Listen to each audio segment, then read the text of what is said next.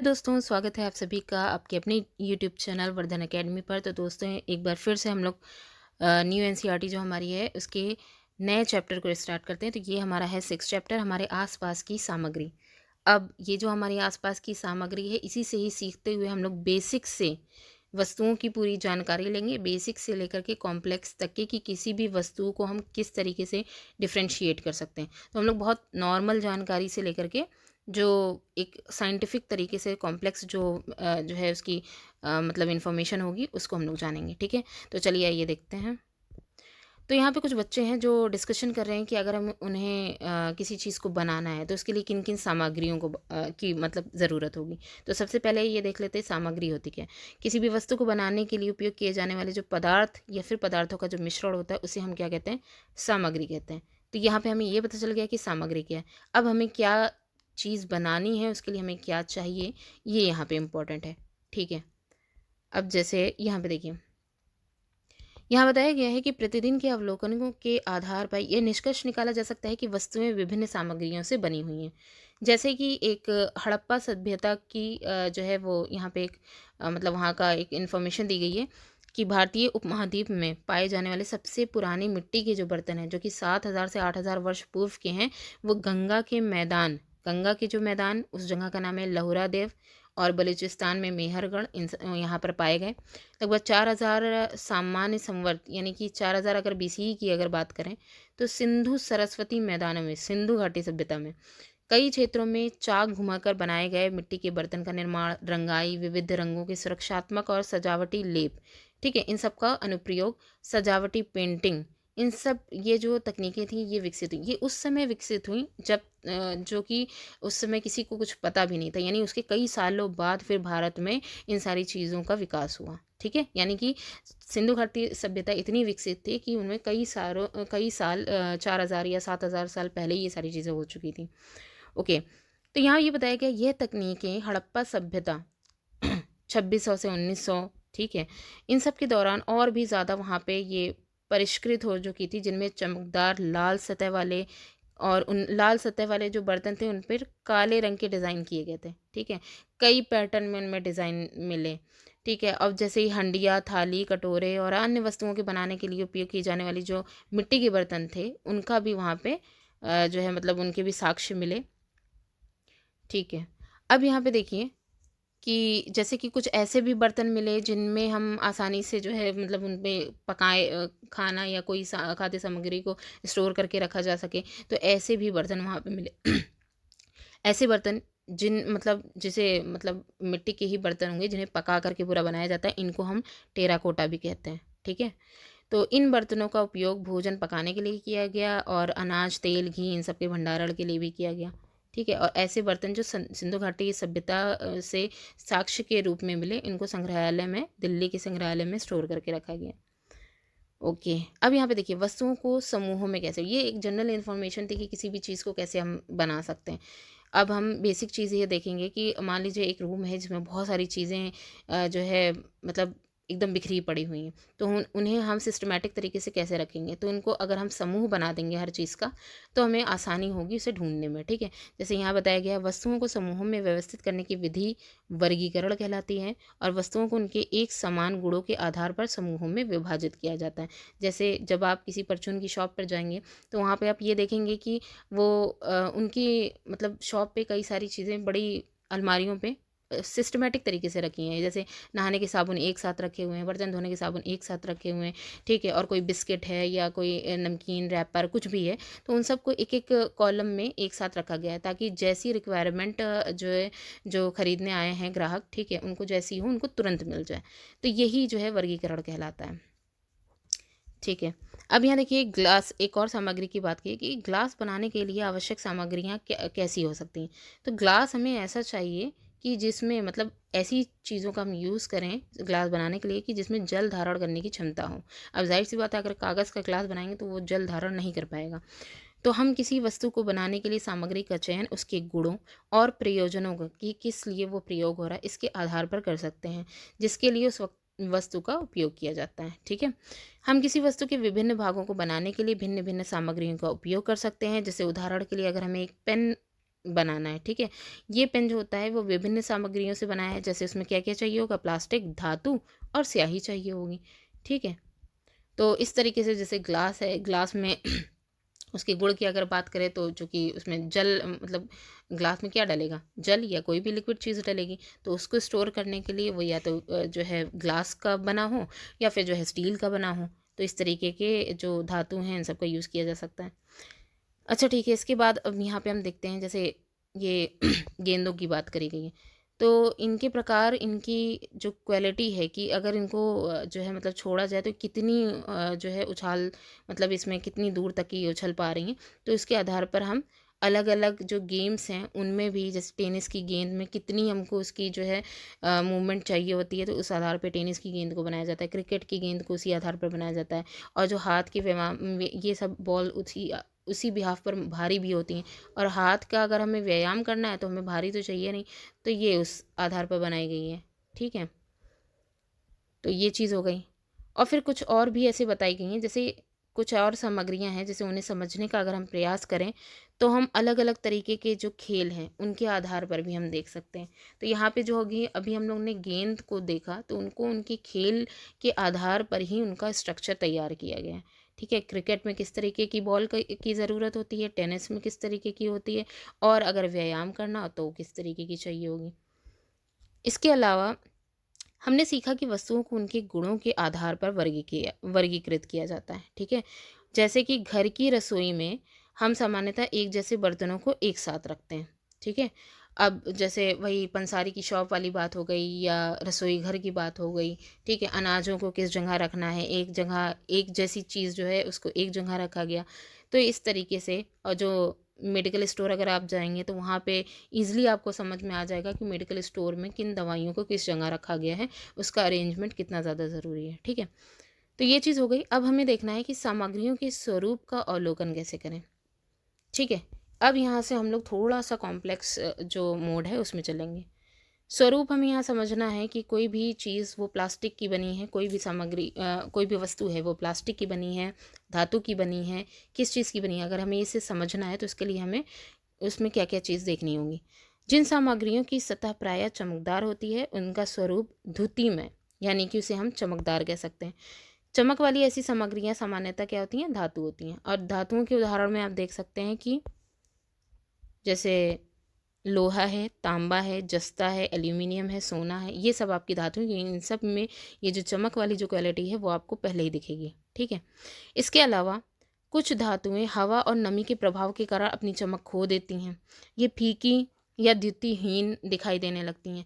तो इस आधार पर जो फीकी या द्युतिहीन यानी कि चमकदार वो नहीं है, उनकी चमक चली गई है, ऐसी वस्तुओं को जो है, या उनकी जो ताज़ी कटी हुई सतह हैं उन पर ही हम चमक देख सकते हैं। मतलब हम ये कह सकते हैं कि इस तरीके की जो वस्तुएँ होती हैं, जैसे अगर मान लीजिए आपके पास एक रबर है। ठीक है, रबर को हम ऊपर से देखेंगे तो बड़ा मैला कुचैला दिखेगा, लेकिन हम तुरंत अगर हम उसको फ्रेश फ्रेश अगर हम कट करेंगे तो उसकी जो लेयर होगी कट होने के बाद वो बड़ी चमकदार और साफ़ सुथरी दिखेगी। तो कहने का मतलब है कुछ ऐसी वस्तुएँ होती हैं जो हवा और नमी के प्रभाव में आकर के अपनी चमक को खो देती हैं। ऐसी वस्तुओं को हम द्युतिहीन या चमकहीन वाली सामग्री में रखते हैं। और ठीक है, तो वो चमकदार नहीं होती हैं असल में। तो इनमें जैसे आपकी आ जाएगी कागज़, आ जाएगी लकड़ी, आ जाएगी रबर है, जूट है, ये सब इसमें आ जाएंगी। तो यहाँ पे हमने दो तरीके की वस्तुओं को देखा, एक जिनमें चमक होती है, जिनमें नेचुरली चमक होती है, उन्हें हम धातु कहते हैं। और जिनमें नमी वगैरह के कारण उनकी चमक चली जाती है, या उनकी फ्रेश कटने पर जो है उनकी हल्की जो भी चमक दिखाई देती है उनको हम मतलब उन वो चमकदार नहीं होती हैं। ठीक है, इसके अलावा आप देखिए, चमकदार सामग्रियाँ धातु नहीं होती हैं। ठीक है, एक मिनट। अच्छा, यहाँ देखिए, चमकदार जो सामग्रियाँ होती हैं वो धातु नहीं होती। कुछ सामग्रियों की सतह को पॉलिश करके चमकदार बनाया जाता है, जबकि कुछ अन्य को प्लास्टिक, मोम या किसी अन्य पदार्थों की पतली परतों से लेपित किया जाता है चमकदार बनाने के लिए। ठीक है, जिससे वो चमकदार दिखती हैं, लेकिन वो सामग्रियाँ जो हैं वो धातु नहीं होती हैं। ठीक है, अब यहाँ पे हम कुछ और भी जो क्वालिटीज़ हैं, जो जैसे अभी हम लोगों ने धातु को चमक के आधार पर जो है डिस्क्राइब किया, वैसे ही कुछ ऐसी धातुएं हैं वो कठोर होती हैं या मुलायम होती हैं। ये या मतलब सामग्री के आधार पर ही हम ये इसको भी डिसाइड कर सकते हैं। तो जैसे जिन सामग्रियों को आसानी से दबाया या खरोचा जा सकता है, वे जो सामग्रियाँ होती हैं वो नरम होती हैं, जिनको आसानी से दबाया या खरोचा जा सकता है। जबकि अन्य सामग्रियाँ जिन्हें दबाना या खरोचना कठिन होता है वे कठोर होती हैं। तथापि यह गुण जो होता है वो सापेक्ष होता है, ठीक है। जैसे रबर स्पंज के कठोर होने, मतलब रबर जो होता है वो स्पंज से कठोर होता है लेकिन लोहे से नरम होता है। ये एग्जाम्पल दिया गया है कि रबर जो है वो स्पंज से कठोर होता है, ठीक है, लेकिन क्या होता है, लोहे से नरम होता है। तो ये क्वालिटी एक बताई गई कि वस्तुएं जो होती हैं वो, या यूं कहें कि कुछ सामग्री ऐसी होती हैं, ठीक है, वो क्या होती हैं, नरम हो सकती है और कठोर हो सकती हैं। तो चमक और चमक ना होने पर ये क्वालिटी बताई गई, दूसरी नरम और कठोर की बताई गई, ठीक है। अब हम यहाँ पे देखेंगे कि कुछ ऐसी वस्तुएं होती हैं जो कि पारदर्शी होती हैं, कुछ अपारदर्शी होती हैं। जैसे जिन सामग्रियों के आर पार देखा जा सकता है उन्हें पारदर्शी कहा जाता है, जैसे कि कांच है, जल है, हवा है, सेल्फिन कागज़, सेल्फिन पॉलीथीन जो होती हैं। ऐसी जो वस्तुएं या ऐसी जो सामग्रियां होती हैं उन्हें हम पारदर्शी सामग्रियां कहेंगे। जैसे एक बच्चा है वो ग्लास के पीछे से झांक रहा है, खिड़की के ग्लास के पीछे से झांक रहा है या दरवाजे से झांक रहा है, तो उन्हें क्या हो रहा है, बाहर की सारी चीज़ें एग्जैक्टली क्लियर दिखाई दे रही हैं। या बाहर से अगर कोई बच्चा खिड़की के अंदर देख रहा है, खिड़की के कांच के अंदर, तो उससे सारी चीज़ें दिख रही हैं, ठीक है। तो ऐसी वस्तुएं जिसमें से क्लियर दिखाई देता है उन्हें हम पारदर्शी बोलते हैं। उसके बाद अधिकांश सामग्रियाँ ऐसी होती हैं जिनके आर पर आप देख नहीं पाते हैं, इन सामग्रियों को हम अपारदर्शी कहते हैं। जैसे लकड़ी का जो तना था, पेड़ का जो तना था उसके आर पर आप नहीं देख सकते हैं। गत्ता है, धातुएं हैं, ठीक है, ये सब क्या होती हैं, अपारदर्शी होती हैं।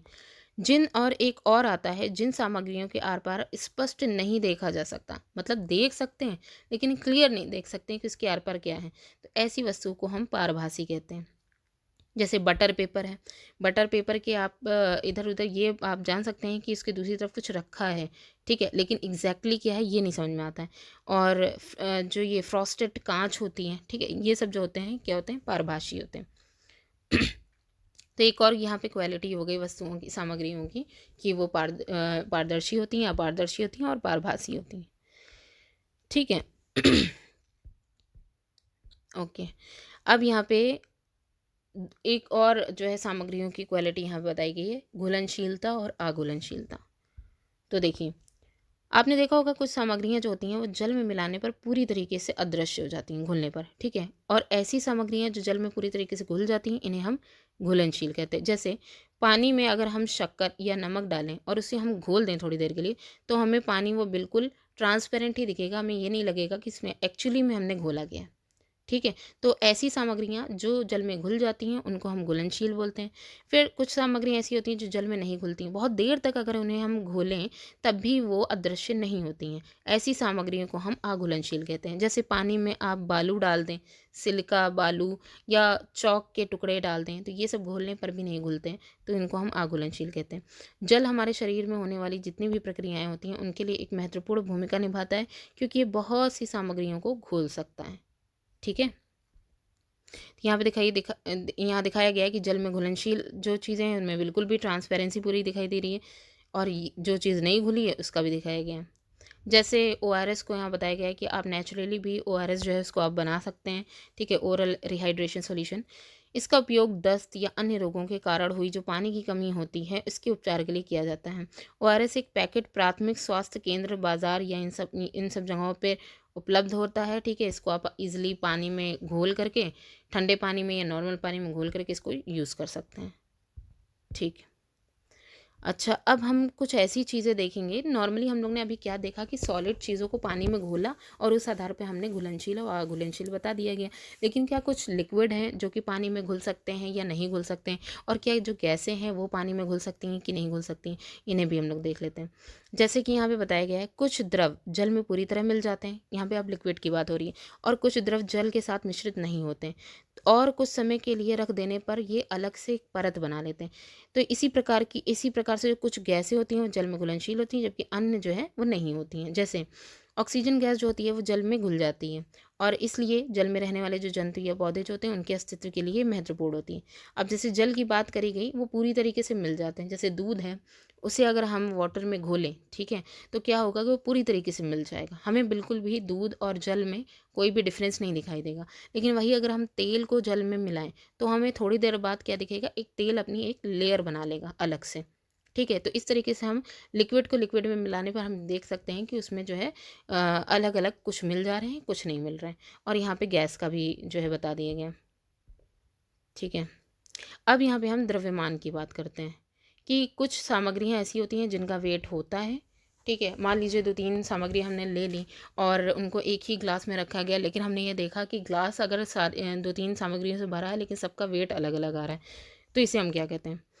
कोई सामग्री भारी है या हल्की है, ये इसके द्रव्यमान पर निर्भर करता है। ठीक है, तो द्रव्यमान इसका जो होता है ये उसके गुण की माप करके जो है उसका मतलब ये बताया जा सकता है कि ये इसका द्रव्यमान है, जबकि उसके आयतन जो होते हैं वो समान होते हैं।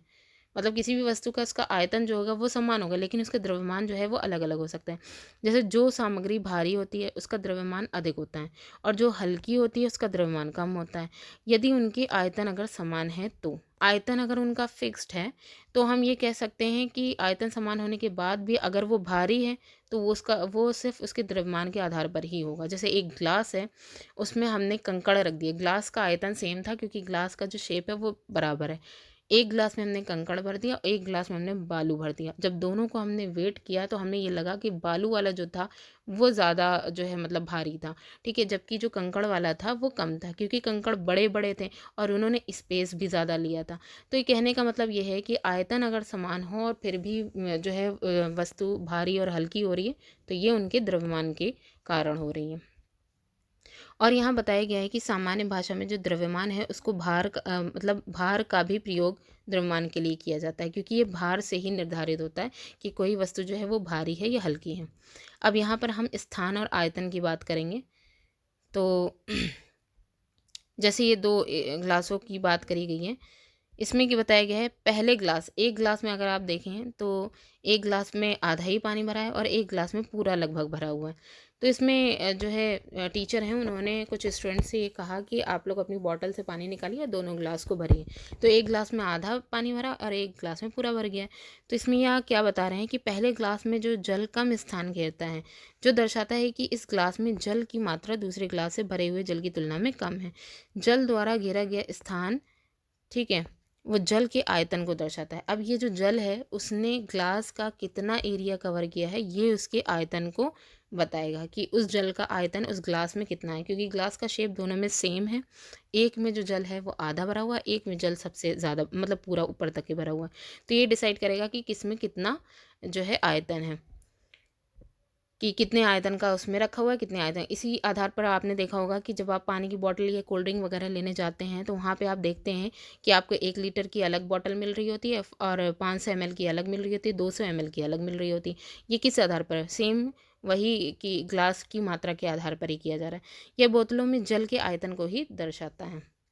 ठीक है, कि कितना उसमें भरा हुआ। हालांकि सारी जितनी भी बोतलें थी उनका शेप सेम था।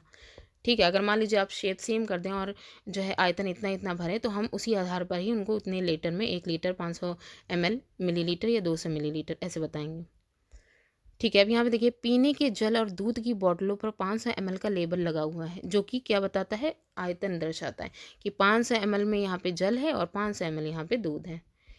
ठीक है, फिर है कई गुणों के बारे में मतलब कि वस्तुओं के अभी हम लोग ने अभी तक के कई सारे गुणों के बारे में जाना। तो सभी वस्तुओं में सभी गुण विद्यमान होते हैं ऐसा ज़रूरी नहीं है। ठीक है, क्योंकि हमने ये देखा कि कई वस्तुएं थीं जो चमकदार भी थीं, कई वस्तुएं थीं जिनमें चमक नहीं थी, कई वस्तुएं भारी थीं, कई वस्तुएं हल्की थी। तो इस तरीके से कई सारे गुण अलग अलग वस्तुओं में अलग अलग देखे गए, सब में ज़रूरी नहीं है कि एक जैसे हों। अब यहाँ पे हम देखेंगे कि ये जो द्रव्य है वो क्या होता है। तो कोई भी वस्तु जो स्थान घेरती है और द्रव्यमान रखती है उसे हम द्रव्य कहते हैं। द्रव्य जिसे हम मैटर बोलते हैं, एक्चुअल में वो होता है जो स्थान घेरता है और वेट यानी भार भी रखता है। द्रव्यमान द्रव्य की मात्रा को बताता है और इसे हम ग्राम और किलोग्राम 2 यूनिट हम देते हैं द्रव्यमान को। ठीक है, इन इकाइयों में मापा जाता है। द्रव्य द्वारा जो घेरा गया स्थान है उसे हम आयतन कहते हैं। द्रव्यमान द्रव्य की मात्रा को बताता है तो उसे हम 2 यूनिट ग्राम और किलोग्राम बोलेंगे। ठीक है, द्रव्यमान के लिए तो क्या हो जाएगा, ग्राम हो जाएगा और किलोग्राम हो जाएगा। और जो आयतन होता है यानी उस जो है द्रव्य के द्वारा घेरा गया जो जितना भी स्पेस घेरा गया वो आयतन हो जाएगा। और आयतन के लिए जो यूनिट है वो लीटर है और मिलीलीटर है। ठीक है, ये 2 इकाइयाँ दी गई हैं। ओके, तो अब यहाँ पे देखिए, द्रव्य के शुद्ध रूप को पदार्थ कहते हैं। अभी हम लोगों ने द्रव्य के बारे में देखा कि द्रव्य यानी मैटर क्या होता है, वो हर वो चीज़, हर वो वस्तु जो स्थान घेरती है और उसका द्रव्यमान होता है, उसे हम द्रव्य या मैटर कहते हैं। और द्रव्य के जो शुद्ध रूप होते हैं उसे हम पदार्थ कहते हैं।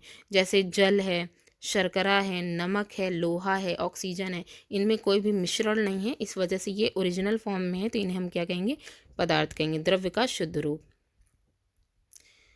ठीक है, इसके बाद ओके, तो ये जो चैप्टर था इसमें इम्पॉर्टेंट चीज़ें, क्योंकि 6th क्लास है इसलिए बहुत ज़्यादा कॉम्प्लेक्स इसे नहीं बनाया गया।